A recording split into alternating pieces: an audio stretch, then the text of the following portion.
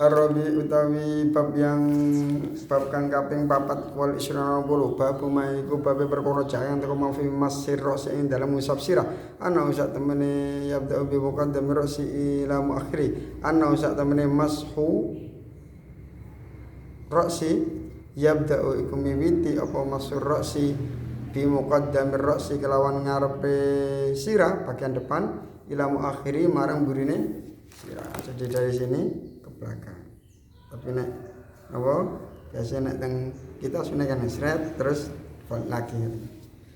Tapi kita karena itu syafi'inya kita itu terlalu syafi'i ya jadi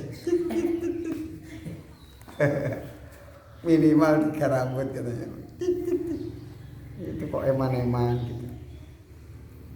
Kalau orang-orang di Masjidil Haram kan banyak madzhab lain kan banyak di Masjidil Haram itu banyak.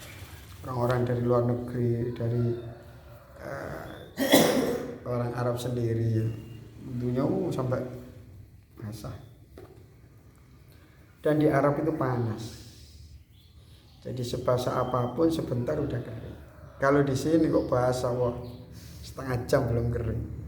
Kalau saya itu pulang dari Masjidil Haram, panasnya masya Allah, serban itu saya basah.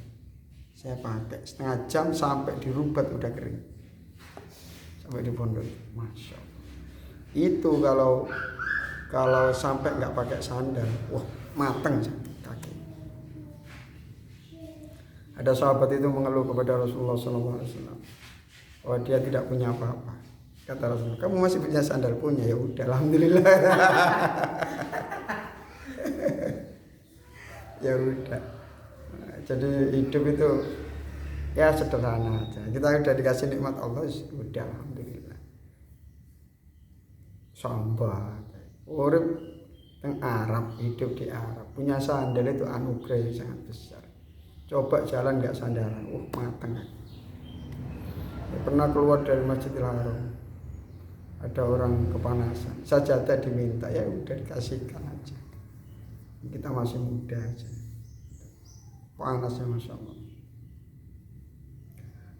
Wa bila kala hadatsana nyaritakan hadis nang itu sapa Ishaq ibnu Musa kan dari Putra Musa Ansori kan Musa Ansori qala dawu sapa Ishaq bin Ansor bin Muhammad bin Musa Ansori hadatsana nyaritakan hadis nang itu sapa Ma'nun Ma'an ibnu Isa kan dari putrane Isa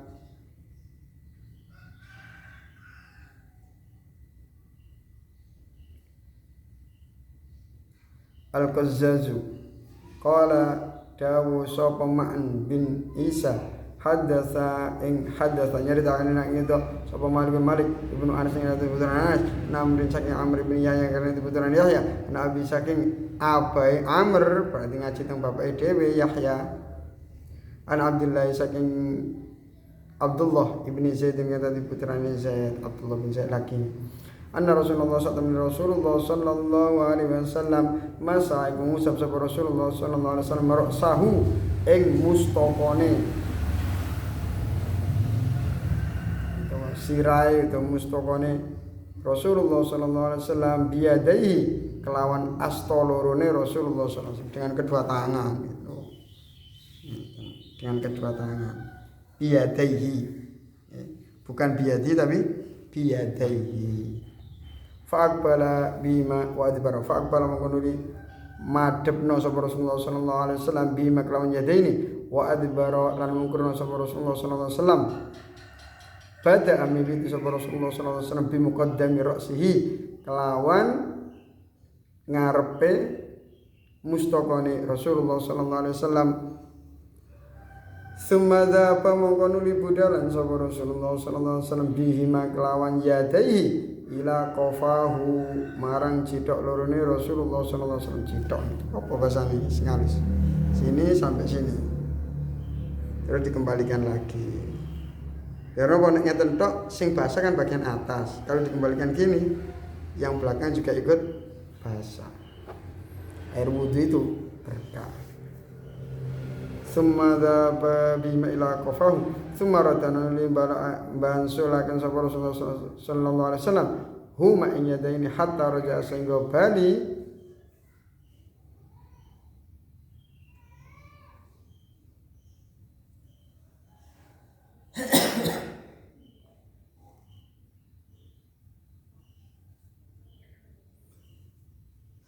apa yat ilal makani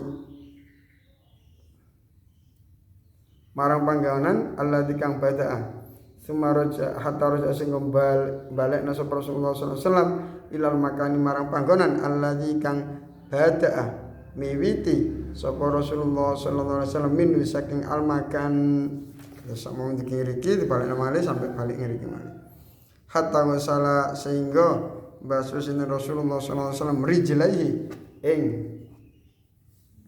suku kalinipun Rasulullah sallallahu alaihi wasallam kedua kaki Rasulullah sallallahu alaihi wasallam. Qala dawu sapa Abu Isa wa fil babilan iku tetep ing dalem bab an Muawiyah saking Muawiyah wal Miqdam ibni Ma'di Kariba lan Miqdam ibnu Ma'di Kariba. Napa Ma'di Kariba ni? Tarkib masjid. Rakib masjid ujmatan wal wasfu qad kamal. Wa Aisyah dan saking Sayyidah Aisyah 3 ya. Rawinya 3 4 Abdullah bin Zaid meriwayatkan, Muawiyah meriwayatkan, Miqdam meriwayatkan, Sayyidah Aisyah meriwayatkan. Sayyidah Aisyah ikut lagi. Jadi kalau enggak ada Sayyidah Aisyah, seumpama Sayyidah Aisyah enggak ada, itu berapa hadis yang hilang? Akhirnya agama Islam tinggal separuh ajarannya. Itu jasanya Sayyidah Aisyah dalam merekam hadis-hadis Rasulullah itu sangat besar. Sama lihat orang-orang Muhammadiyah itu banyak menggunakan hadisnya Sayyidah Aisyah. Ada Sayyidah Aisyah itu meriwayatkan hadis Rasulullah mencium salah satu istrinya kemudian sholat tanpa berwudu. Kemudian salat tanpa berwudu. Nah, makanya orang-orang Muhammadiyah, orang-orang Hambali itu salat tanpa wudu walaupun tawaf gandengan sama istrinya. Orang Syafi'i tidak boleh. Tidak boleh. Itu kata yang Imam Syafi'i. Rasulullah itu kan mencium kan sudah ada ayat hijab, ayat pakai cadar. Pantas Rasulullah langsung sholat nggak wudu. Wong ketika dicium kena cadarnya, nggak sentuhan kulit. Kata orang Hambali, yang namanya nyium ya kena kulit. Masa nyium-nyium kain buat apa? Udah suami istri. Nah, kata orang madzhab Hambali apa? Oh, disetubui saja boleh. Masa nyentuh sedikit batal? Wong mau bersetubuh aja sunnah kita wudu.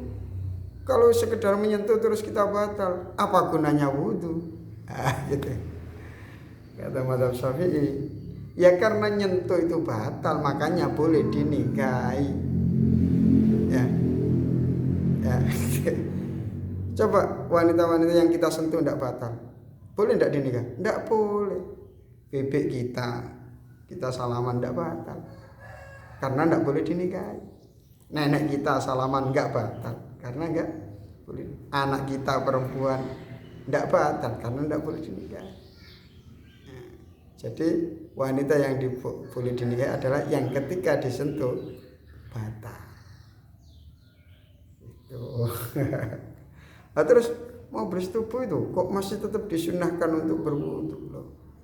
Yang penting kita awali dengan kebaikan. Orang kalau mukadimahnya baik, insya Allah husnul khotimah. Nanti jadinya anak yang baik juga. Ya ada argumen, tapi tidak ada argumen. Masing-masing punya dalil. Yang benar masing-masing juga berkeyakinan madzhabnya benar, yang lain salah. Dan ada kemungkinan madzhab yang lain itu benar, madzhab kita salah. Ya, memang agama dibuat seperti itu oleh Allah SWT agar luas. Kalau mau ikut itu silakan. Ikhtilafu ummati rahmatun. Perbedaan pendapat di antara umatku yang cerdas-cerdas dari kalangan para ulama itu adalah rahmat bagi yang lain yang nggak ngerti. Udah ikut itu aja gitu. Titik. Mau ikut mana silakan, yang penting tahu syarat rukunnya. Jangan pilih yang enak-enak. Milih makan sate, nggak mau bayar di warung ya sih. Gimana? Milih yang enak-enak toh. Mana? Qala dawu sapa Abu Isa wa fil bab lan kita an Muawiyah wal Migdam bin Ma'di wa Aisyah qala dawu sapa bisa hadis Abdullah itu hadis Abdullah bin Zaid ibn Zaid bin Zaid as-Sa'usyan kullu saya suci fil bab indal bab wa ahsan wa hasan wa bihi lan kelawan pendapat yaqulu dawu sapa Syafi'i Imam Syafi'i wa Ahmad lan Imam Ahmad wa Ishaq lan Imam Ishaq.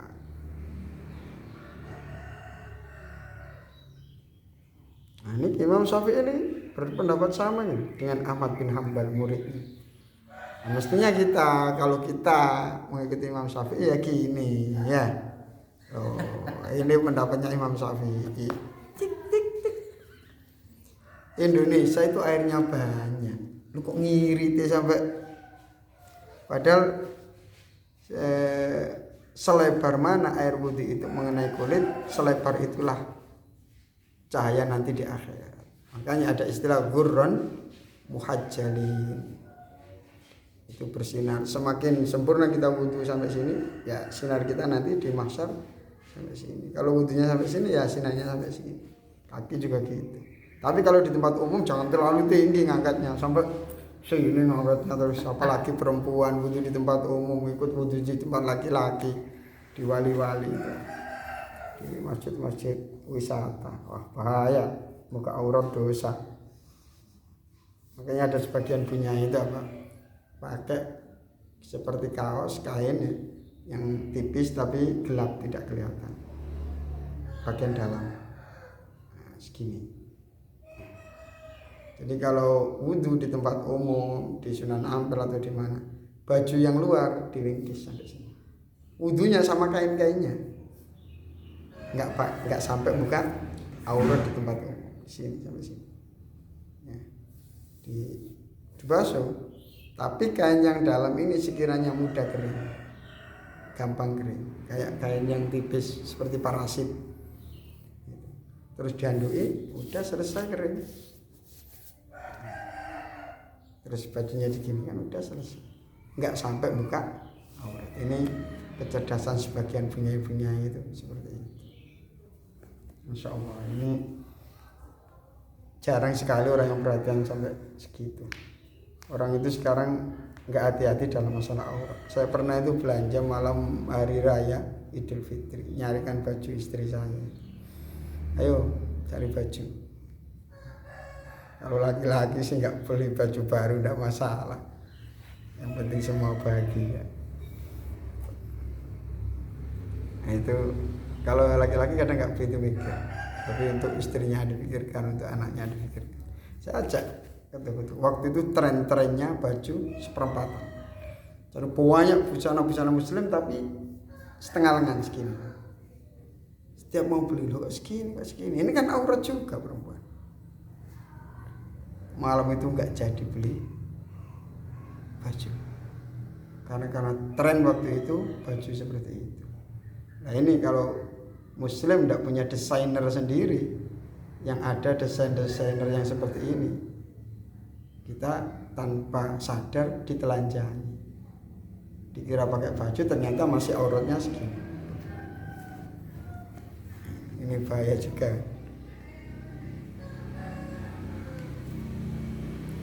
Babu maja'anau yubda'u bimu'akhir wabi yaqulu asy-Syafi'i wa Ahmad wa Ishaq. Qala Hafidz Ibnu Abdul Bar as-hadis fi hadzal bab hadis Abdullah bin Zaid al-masyhur mutadawilun alladhi 'alal jumhur.